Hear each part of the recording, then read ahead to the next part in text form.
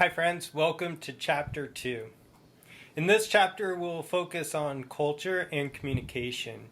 We'll look at cultural values, norms, co-cultures and communication, codes and culture, and lastly, how we can develop intercultural communication competence. So let's go ahead and get started. So this first section we're going to look at what are cultures and how it relates to communication. So throughout this presentation, I want you to think about what is culture. How would you define culture in your own words? And lastly, how would you describe your own culture? So again, throughout this presentation, think about how this concept applies to you and how you can identify cultural elements in your own life. So let's go ahead and take a look at the definition. While culture is a very complex system, many scholars try to identify themes and create definitions. And so this way we can conceptualize this very complex, multifaceted experience in life. So according to this definition, culture is the language, values, beliefs, tradition, and customs people share and learn. O'Hara and Weirman also defined culture as a learned system of thought and behavior that belongs to and typifies a relatively large group of people. It is the composite of their shared beliefs, values, and practices. Specifically, I like this definition because the definition touches on the learned system of thought and behavior. So culture is often passed down through generations by our parents, our great-grandparents, our ancestors. So it's a learned system in which we develop patterns of thinking and behaving. So from my personal definition, if I had to give you a definition, culture is a complex ecosystem that encompasses a shared contextual understanding of basic human behaviors, thought patterns, and communication norms. And so in this definition, we see that it's a complex ecosystem. So culture emerges through various elements in a society. So how we interact within society. Shared contextual understanding, this points to that in-group membership. So to be able to function in society, there has to be some sort of shared understanding of what's appropriate behavior and what's not. And that relates to basic human behaviors, thought patterns, and communication norms, such as how do we use our communication to access resources. If we're referring back to chapter 1 with Maslow's hierarchy of needs. So again, culture can be defined in various different ways. So how do we determine cultural membership, right? So according to the book, culture is a matter of perception and definition in regards to this in-group, out-group dimension. And so when we identify with a particular in-group or culture, we must first recognize ourselves and others sharing certain characteristics. So the classic example that I use in class is that we all share a common characteristic, and that is we are affiliated with RCC in some meaningful way. More specifically to this context, we're all in this class together. So that is like the common denominator that bonds us all together, right? But in various aspects of your life, there might be other characteristics that are more salient that you identify with. So this might be your age group. It might be a particular hobby. It might be, religious beliefs or philosophical ideas about reality. It could be, your ethnicity. It could be all sorts of different things. And we tend to identify ourselves as part of this group because we have that characteristic. Additionally, we see others who do not have those same characteristics as different. again, in class, I always say like, okay, we're communication students right now. This is our little in group. This is our culture. You go down the hallway to quad like 102, and you might be stepping into a math class, and it's like, the math department, that field of study has their own characteristics, their norms of behavior, their different language, and so they would be different than us in a meaningful way. So again, it's a matter of perception definition. One personal story that I share in class that illustrates this is an experience I had in grad school. So as I mentioned in my intro video, I went to Cal State Fullerton for my master's degree. And in that program, I took a seminar in intercultural communication with Dr. Tenzin Dorji. Dr. Tenzin is Tibetan, so he was born in Tibet. However, he was exiled from Tibet along with his family and a large community of Tibetans due to global tensions between Tibet and China. And so from an early age, his family migrated to India. And so he spent most of his adolescence in India.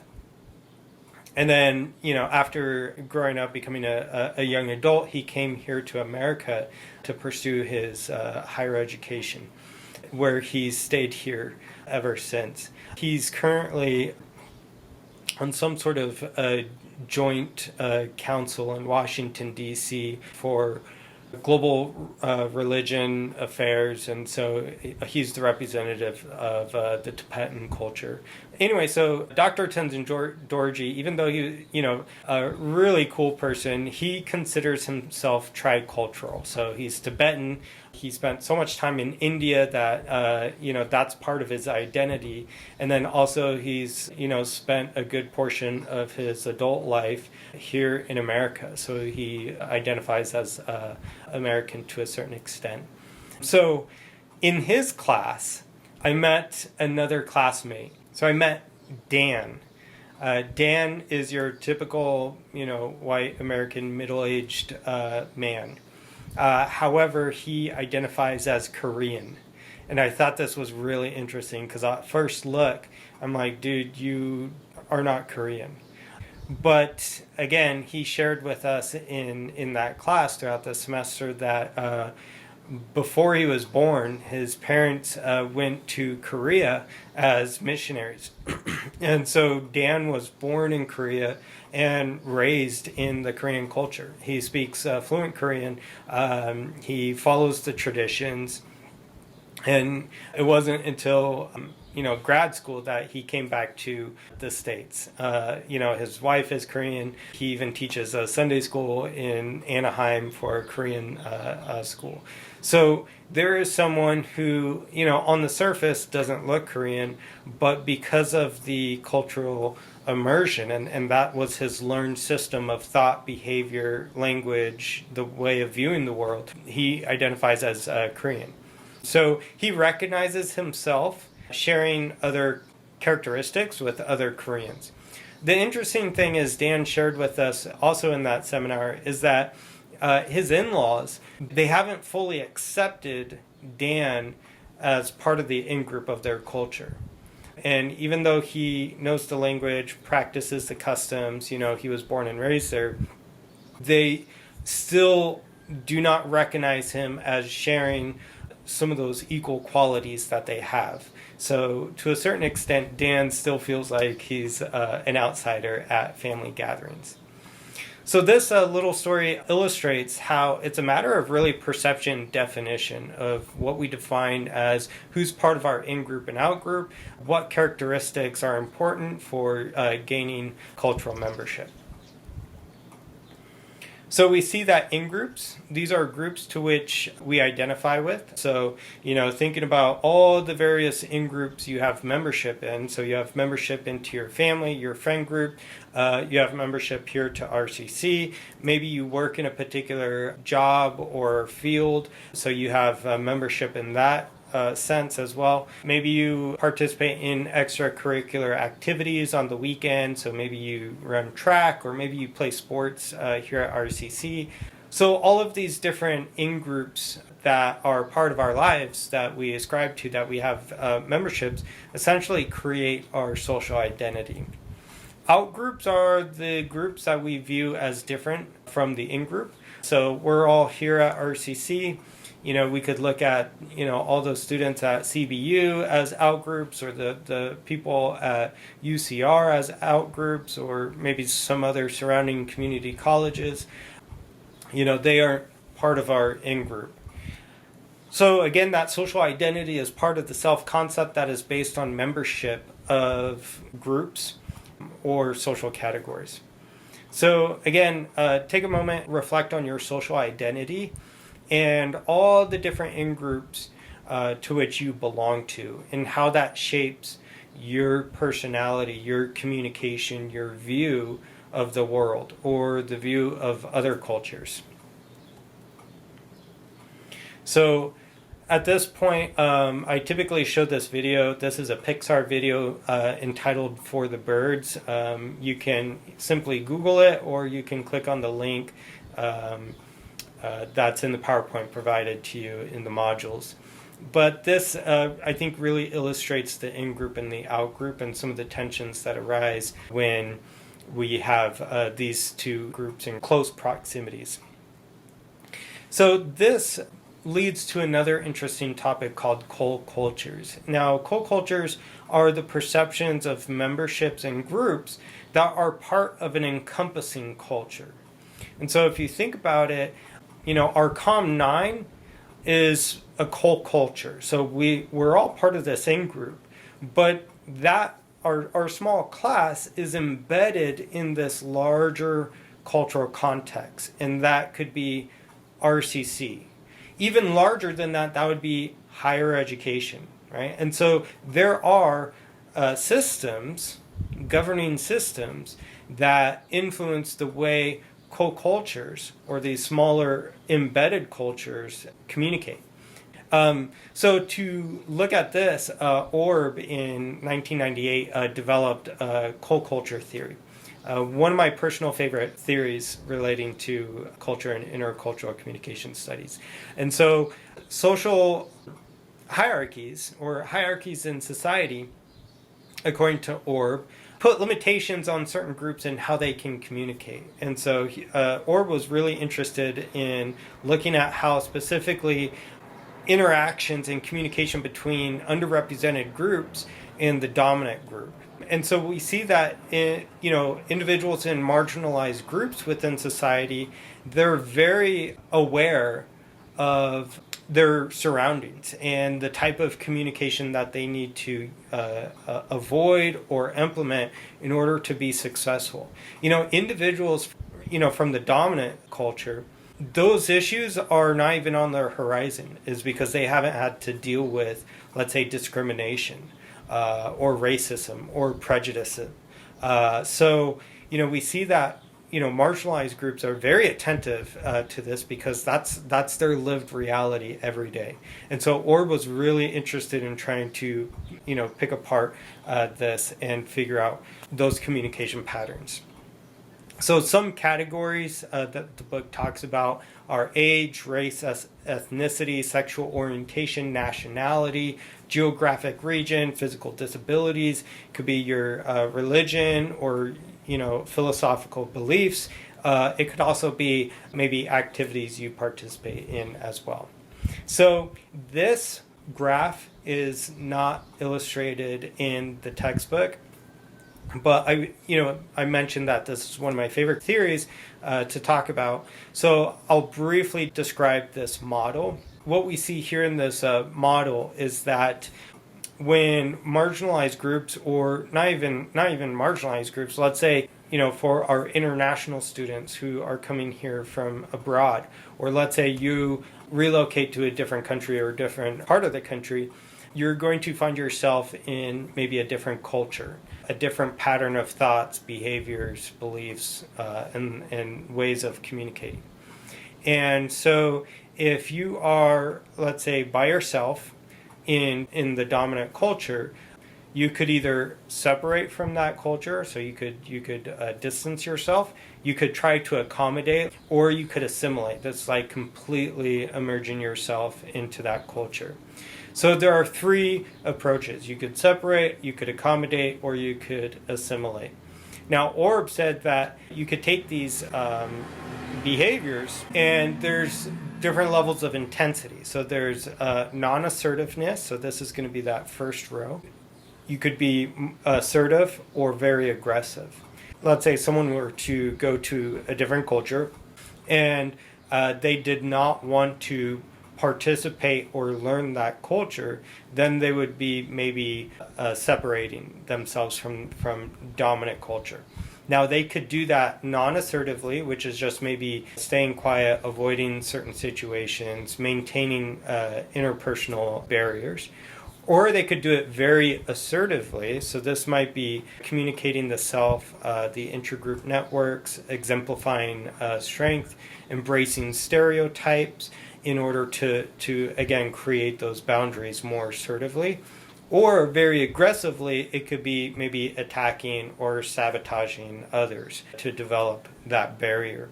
And so we see that separation has those three levels of intensity.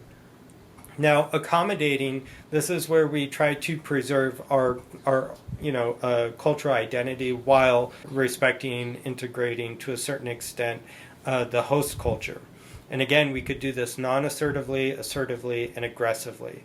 So accommodating non-assertively, this is where we simply increase visibility. We dispel stereotypes, right? We try to communicate a different image to the dominant culture. We could accommodate very assertively by communicating the self. We could participate in intergroup networking, utilize liaisons, educating others, right? So that we're, educating others on our cultural background as to dispel those stereotypes. Or we could accommodate very aggressively, and this is when we actively are confronting individuals to educate them, to communicate the self, or gaining advantages within society to shape maybe the perspective or the narrative of our culture. The assimilation, so we could do this non-assertively, assertively, and again aggressively. And this is where we adapt. Essentially, we let go of our cultural background and we try adapting to the new culture. So non-assertively, we do, Orbe found that people do this by emphasizing commonalities between individuals, developing positive face. So we'll talk about face in a little bit. We see that censoring the self is part of this non-assertive assimilation. So we might start dressing more like the dominant culture. We might behave. Again, we're censoring that self to make sure that maybe we're sending, the right messages. We could do this assertively by extensive preparation. We could engage in overcompensation, manipulating stereotypes, bargaining, and then we could assimilate very aggressively by disassociating ourselves from our cultural background and trying to mirror the dominant culture. So again, this is just additional information. It's not in the textbook, but I find it very interesting in, seeing how different people communicate in their surroundings. So what is intercultural communication? Essentially, intercultural communication is the process that occurs when members of two or more cultures or co-cultures exchange messages in a manner that is influenced by their different cultural perceptions and symbol systems, both verbal and nonverbal. So the intersection between interpersonal and intercultural communication. So what makes interpersonal communication different than intercultural communication? Is there an overlap? So the degree of cultural significance is a predominant factor, and this is the extent to which salience of culture influences communication. And so, one of my colleagues in my PhD program, I think I mentioned this last time, is biracial marriage. So within that context, culture isn't a significant influence. It's not salient to their relationship. Maybe their love and commitment, intimacy is more salient to that relationship, which makes it more interpersonal in their everyday lives, right? But when we are, let's say, meeting a business partner or a colleague or maybe another student who might be from a different place or a different culture, culture in that situation might be more salient, and so that could influence the type of communication that we look at. So the least intercultural, so this is like cultural differences mean little. So again, I talked about my colleague. Most intercultural, this is where differences, backgrounds, beliefs are noteworthy. So you think about tensions between Russia and the U.S. So we see that, the intercultural differences are really noteworthy. So when we say salience, or how salient culture is, this is the weight we attach to a particular person or phenomenon. And so if our cultural identity is very, very salient within our lives, that means it holds a lot of weight, then that's going to influence the way we interact with people. So for example, like if I were to share my ethnicity with you, I'm half Scotch-Irish. I have a quarter Italian and a quarter German, right? So pretty much European. Do I identify as Irish, when I meet people, or, Scottish? No. Do I make it a point to let people know that I'm Italian or German? No, because it's not very salient to my identity. There's more salient factors that I use to identify myself, such as like education, and so forth, or family, or, philosophical beliefs. Okay, so the book illustrates this concept with this graph where we have the low and the high conditions. So if we see that intercultural significance is high, but the interpersonal significance is low, this might be, tourists, walking around. But if we see that there is both a high intercultural significance but a high interpersonal significance, we see that maybe there is a biracial relationship where a husband and wife from different cultural backgrounds develop mutual understanding. Where we have high interpersonal significance but low intercultural significance, we see that maybe this is a parent-child discussing their changing relationship. So again, there's different combinations using this diagram. Okay, so section 2 is looking at cultural values and norms. So you want to be familiar with Edwards Hall's cultural context as described in the textbook. So there's a low context and a high context. And so in low context cultures, we see that low context cultures use very direct language to express their thoughts, feelings, and ideas. And the reason why individuals from a low context culture use very direct language is because they assume there's a low level of shared context, reference points, or shared knowledge among people. And so you think about the U.S., here, like think of Southern California. We are such a diverse community, even here at RCC, that I can't really assume that I know, who you are, your cultural background, how you interpret things, how you view reality. Is because, again, we're very diverse. And so, even in the classroom, we have to really develop those shared reference points. So in a low context culture, there's low context between the members. And as a result, they use very direct communication to avoid any misinterpretation or miscommunication. On the contrary, we have high context cultures.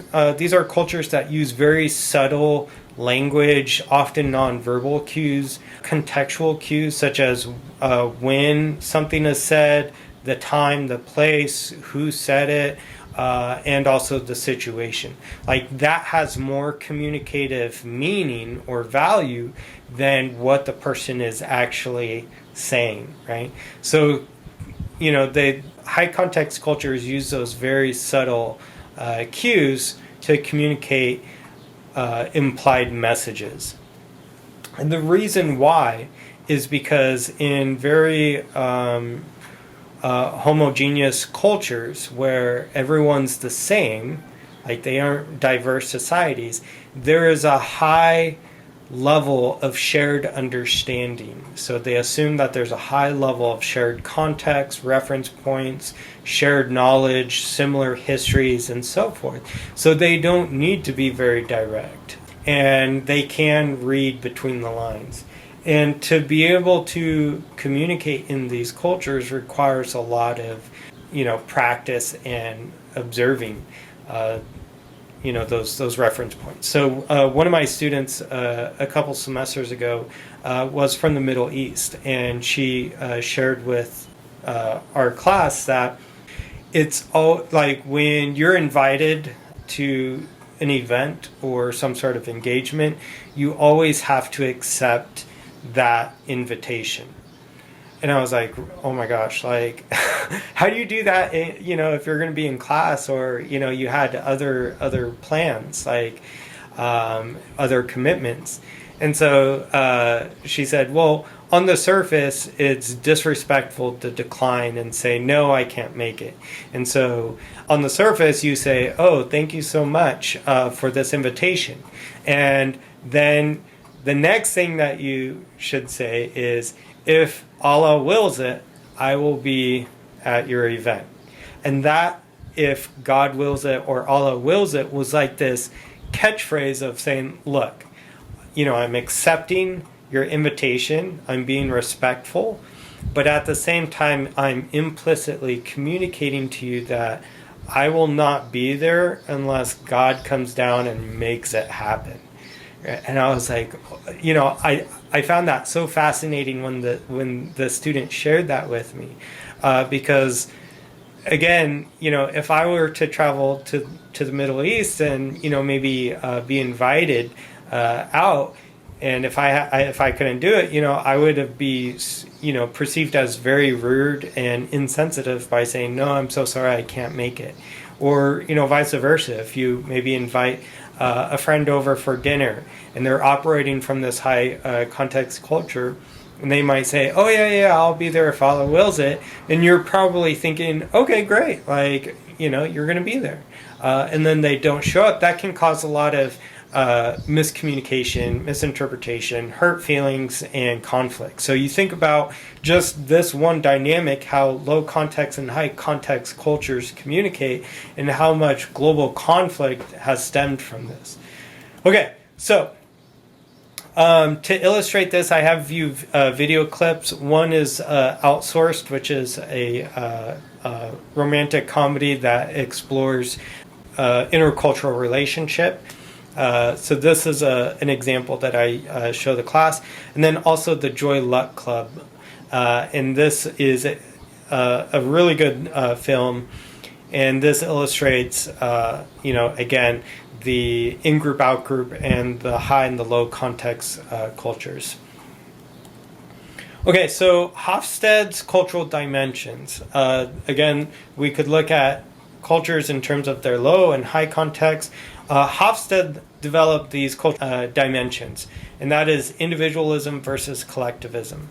And so we could look at these themes in different cultures. So individualism, this is where personal goals have more priority.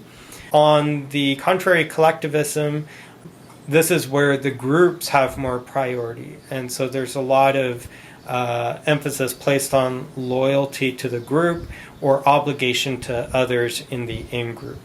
One way that helped me remember the distinction when I was in undergrad studies was looking at individualism. You think of the individual, I before we. So I'm going to place my needs before all of yours, right? Whereas collectivism cultures, it's we before I. So this is where I'm going to place all your needs before my own. And so we see some patterns emerge in different cultures. Power distance. We could look at how power is distributed in a society. And so we have high power distance versus low power distant cultures. So power distance, this is the degree to which members of a society accept unequal distribution of power. So high power distance, this is where we have a wide gap between those in power and those who do not have power. And so there's a lot of pressure to obey authority. So again, in the graph below, you'll see the red column. There's, one individual has all the power over everyone, and there's a wide gap. Low power distance, this is a more narrow gap between those in power and then those who do not have power. There's a minimized distinctions between class and status. So we could look at culture from power dynamics. So it's interesting that power dynamics also correlates with collectivism and individualism. So this graph is not in the textbook, but I think it's a great visual on how the more collectivistic a culture is, we do see this correlation with large power distances. Now, of course, there's going to be outliers to that. So if you look at, the very top data point, this is Pakistan, right? So Pakistan is extremely collectivistic, but there is a large, but they're almost in the axis between small and large power distances. But you look at Venezuela, which is the top right data point, we see that Venezuela is very collectivistic, but also they have more of a larger power distance. So that means, maybe they have one leader who's in charge of everything, making all the decisions, and the people don't have power. You look at Argentina, which is almost right in the middle of this axis. You look at the U.S. at the very bottom. The U.S. is very individualistic. We tend to lean more towards the smaller power distance side of things. But of course, if you just look at how society is structured, there's a lot of work still to be done within our own country. So we're like right in the middle. You look at Austria, which has a very small power distance. So that means like everyone almost has equal power, equal say, equal influence. And again, they're somewhere between the collectivistic and individualistic dimensions. So again, really cool to take a look at. Okay, other dimensions we could look at in terms of culture is uncertainty avoidance. This is the degree to which a culture copes with unpredicted circumstances or ambiguous situations. High uncertainty avoidant cultures, they value clear defined rules, regulations, and communication. They do not like uncertainty. So the unknown freaks them out, so they try to avoid that at all costs. Low uncertainty avoidant, these are cultures that are unthreatened by new or unexpected situations. There's less rules and regulations. They're more accepting, more flexible. Life happens, it's out of your control, so enjoy life while you can, right? So they aren't, freaking out about unpredictability, We also see achievement versus nurturing cultures. So achievement cultures value material success. Nurturing cultures value support of relationships. And so again, we could see, different cultures placing emphasis on, either nurturing or achievement. And what does that look like within a particular culture? So the book launches a discussion on race and ethnicity. So we see that race is a social construct originally created to explain differences, Yet, modern scientists argue that race has no biological basis. So there is no clear distinctive factor between races. So, that goes to show that this is a societal construct. Ethnicity, this is the degree to which a person identifies with a particular group, right? And so while there's not biological basis for race, we do have ethnicity. And this is, particular groups, our heritage, our ancestry, and so forth. Intersectionality, this is the interplay between social categories due to the lack of inclusivity of one category. And so a great example of this is Masters of None. The lead character, Lena, reflects on telling a very personal story within the show, but this is an interview outside of that show where she, talks about her coming out story and being a Black American lesbian. There's a lot of intersectionality within her identity, and so she talks a little bit about her personal experiences and then also how it relates to the Netflix show Masters of None. So I invite you to take a look. It's really good. So intersectionality is this interplay between all these different things. It could be our ethnicity, our gender, our age, our sexuality, disability, culture, class, religion, all of those things. Okay, so section 4 are codes and cultures. Verbal codes, these are the unique ways we communicate. So this includes patterns with a particular culture or culture. So Gudikins in 2005 developed these 3 distinctions of cultural verbal styles. So we have either direct or indirect cultural communication styles. We have very elaborate versus succinct cultural verbal styles, or formal versus informal verbal styles. In 2008, I traveled to Australia for 2 weeks, and they have a very informal verbal style.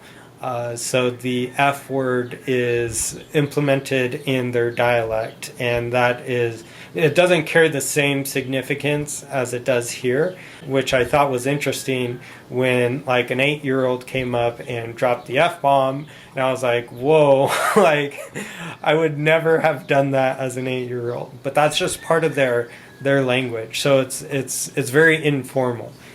Code switching is the form of communication competence in which we adjust our language or our vocabulary or overall our communication patterns in given situations to achieve a particular goal, right? So changing linguistic patterns to match a particular context. So speaking to a best friend is different than speaking to a client or business partner. So growing up, I couldn't talk to my parents the same way I talk to my best friend. I can't, talk to my supervisors like they're my best friend as well. There has to be a level of formality in that. So even in this context, you're probably code switching a lot between, communicating with family, friends, loved ones, maybe people at work, how we communicate here in this class environment. And so this is illustrated through Giles' communication accommodation theory. And so one of the assumptions of communication accommodation theory is that people make communicative adjustments while interacting with others. And so convergence is when we strive to minimize differences by adapting our verbal and nonverbal styles to create more similarity when we're interacting with people. Divergence is when we do not adapt and we try emphasizing differences by, again, non-adaptation. So, communication accommodation theory. Okay, this last section is intercultural communication competence. So how do we develop intercultural communication competence? Much like what we discussed in chapter 1. It's situational. It's a learned skill. So really it comes down to, I think, motivation and attitude. Do you have the motivation to learn about someone else's communication style? Do you have a positive attitude, a respectful attitude going into that environment? I think another thing is tolerance for ambiguity. So just know that, you aren't going to be able to know everything. You're talking about a culture, that people are born into, that are learned, are assimilated from day one. And so being an outsider could be very strange. There's a lot of uncertainty. We don't know why it is that maybe a certain group communicates the way that they do, and that's okay. So having open-mindedness. Avoid ethnocentrism, which is cultural bias that leads to prejudice. Knowledge and skills, patience, and perseverance. So this last little bit, uncertainty reduction theory, the book doesn't talk about this, but I figured it did relate to, knowledge and skills. So when you find yourself in a new, unfamiliar situation, that causes a lot of uncertainty.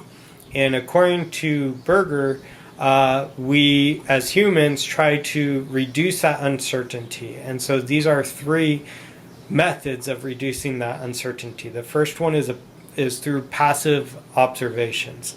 So let's say you find yourself at a new company, starting a new job.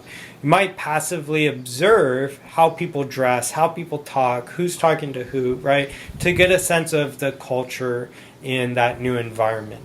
So these are passive observations. So you might, if you find yourself in a new culture, go out. Take a walk, go walk through town, maybe, get a drink somewhere, right? Observe people, right? So that's their first strategy. The second one is more of an active strategy. This is where you befriend maybe a contact person within that culture so they can be your guide. And that way it takes, the pressure off of performing skillfully in a large context. And then interactive self-disclosure. This is where you start interacting with the culture and revealing more of the self to get a better understanding of how people respond to that, right? Okie doke. So in this chapter, we talked about the fundamentals of culture, specifically culture theory and Hawes' cultural context, the low and the high context. We looked at cultural values and norms. We looked at Hofstede's cultural dimensions. And then the last little bit, we looked at developing intercultural communication competence. Okay, so this week for the discussion, I'm inviting you to watch a TED Talk by Adichie, who is an African writer. She talks about, I think, a very interesting topic called a single story.